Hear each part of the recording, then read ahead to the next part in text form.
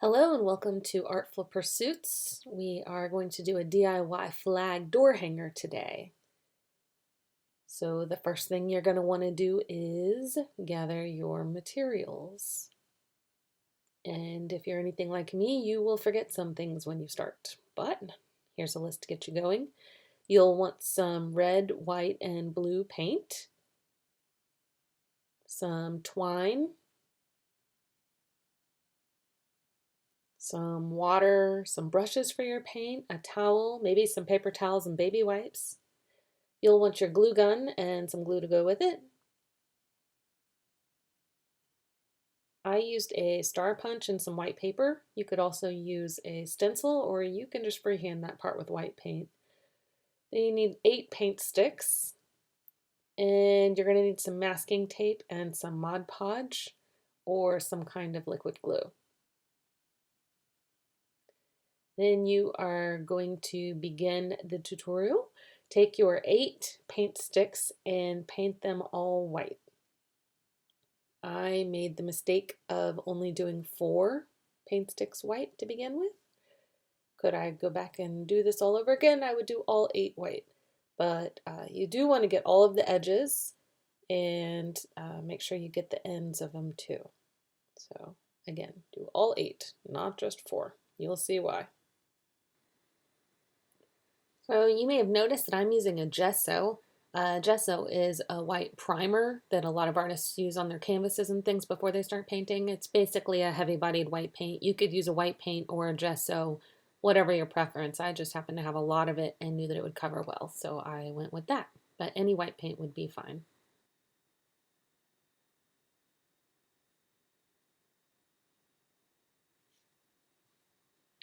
The next step, take your red paints and test them out. You may or may not be a product junkie like me, but I have a lot of different paints. So the first one I tested was a Basics Liquitex in a color primary red. The second one was a Studio Calico Color Theory red. And then the next 2 were also Liquitex. They were professional heavy body acrylics red mediums. The last 3 all looked very similar to me. I thought the first one looked kind of pinkish and transparent, so I decided to go with the tube that had the most in it, which was one of the Liquitex red mediums.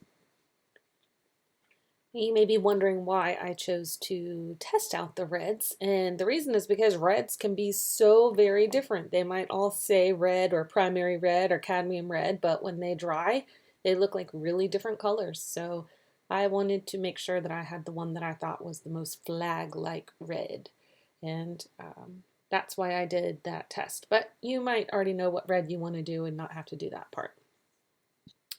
So the next thing I did here was obviously paint 4 sticks red. That's not the way to do this.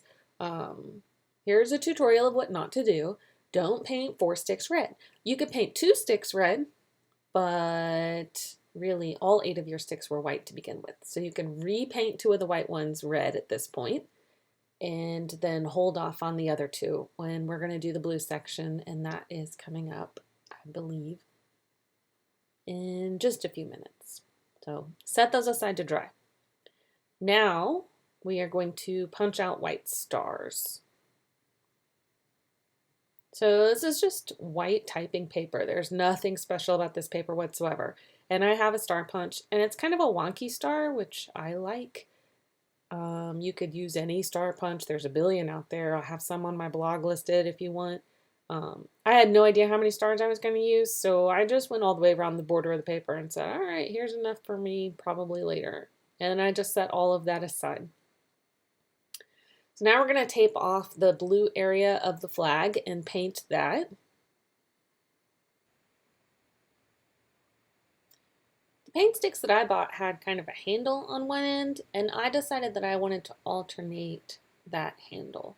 So I wanted a red stripe at the top, so on the next one I flipped it over so that the handle was on the right. So all of my white sticks have the handle on the right, and all of the red sticks have the handle on the left. And I lined them up as best I could, and I kind of looked. So they're 12 inches long, and I didn't want to do exactly half. I knew I wanted less than half, so I ended up taping off about 4.5 inches. And then I got my blue, which is another Liquitex acrylic basics color. And this is when I discovered that I should never have painted those sticks red. Now you might like the fact that they're different colors, but I really wanted my blue flag part to all be cohesive, and it was not. Lesson learned. Paint all 8 of the paint sticks white first, because then the blue will be consistent color and your red will be consistent color. So I painted 2 more white real quick and I fixed my mistake. So now I'm painting off the blue section, and these are actually going to be red stripes. After the blue paint dries, I will flip them around and paint the red part. So I'm trying to get the edges on the best I can. And I'm like, all right, peel this tape off and let's get these edges.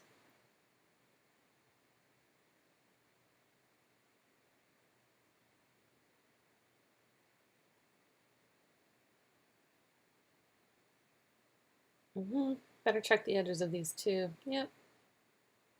Need more. So I went ahead and I kept going with those dark blue, the ones that were already painted red, and then blue over, because I said, well, maybe in the end I'll really like it. Sometimes I think I'm not going to like something, and then I end up liking it, and I just roll with it anyway. So now I have options, and that's a good thing. But I didn't.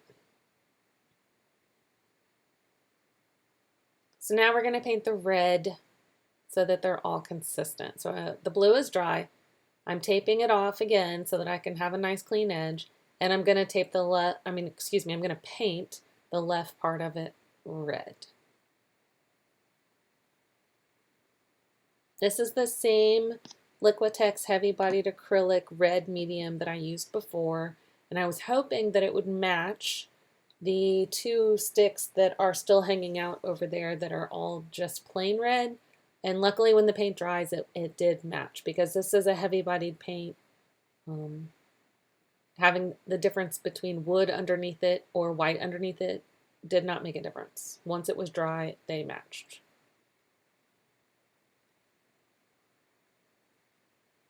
So after everything was dry, take off the tape and do any touch-up work that needs to be done. If you have any little spots, I used a small angled brush.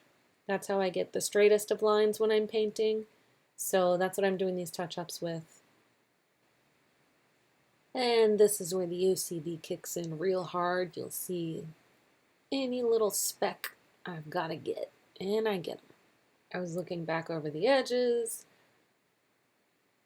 making sure everything was covered. And then I started to line them up, and I was like, no, I really don't like the red, dark blue thing. So those are gone. Out the door. Never should have done that. All right, lesson learned. Here we go. Now I've got my stripes. Let's see how it all looks together. Cute. More touch-ups. I must have seen that there was a little part on the edge that didn't get covered there, so keep doing your touch-ups until they are all cleaned up the way that you like them, because you can't fix it once it's done.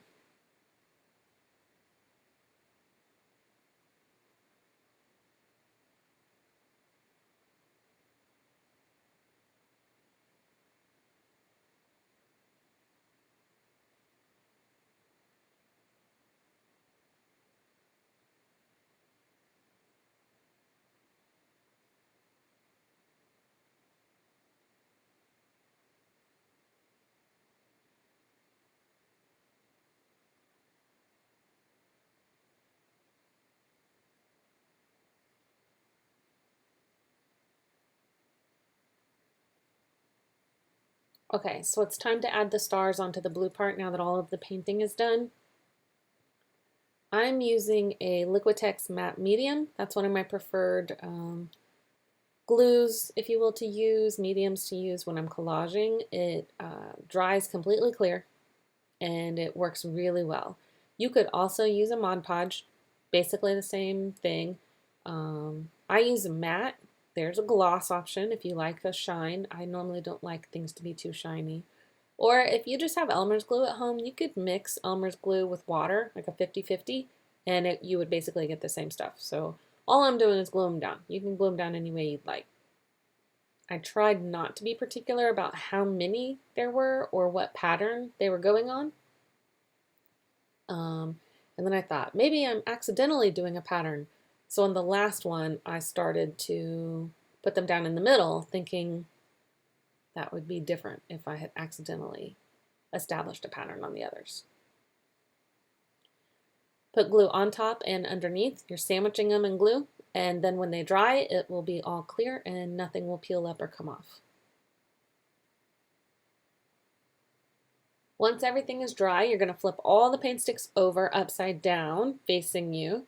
Make sure you keep them in the right order. It'd be really sad to break up your flag or not have your stripes go red, white, red, white. And once you have them in order and lined up, you're going to use some masking tape and you're going to tape them down in place.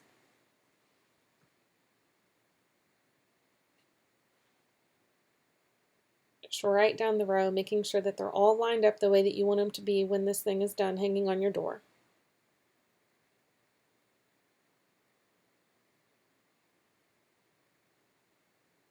So I'm leaving a little bit of space in between the slats. Now you might not like that. You might want yours to touch completely, and that's just a preference of how it looks in the end. But I left a little tiny slit of space.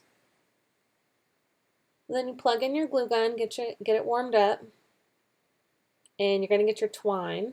And I have two different lengths of rope, and I'm going to take one and glue it down one side and one glue it down the other. So wherever you're going to glue it, put a dot, start them off.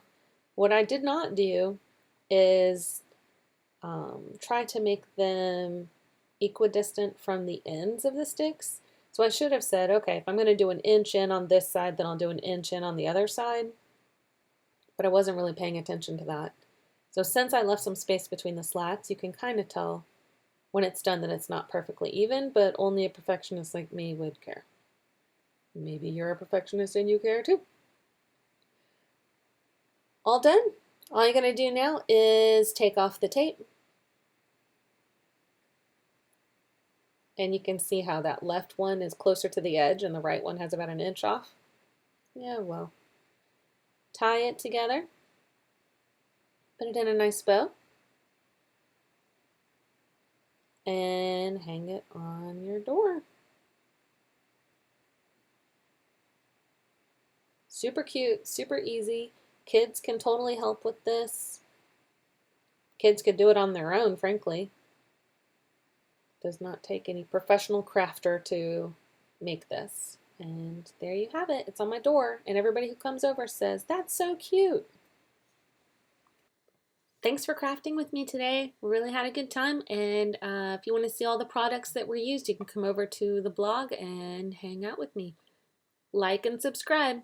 See you soon. Bye.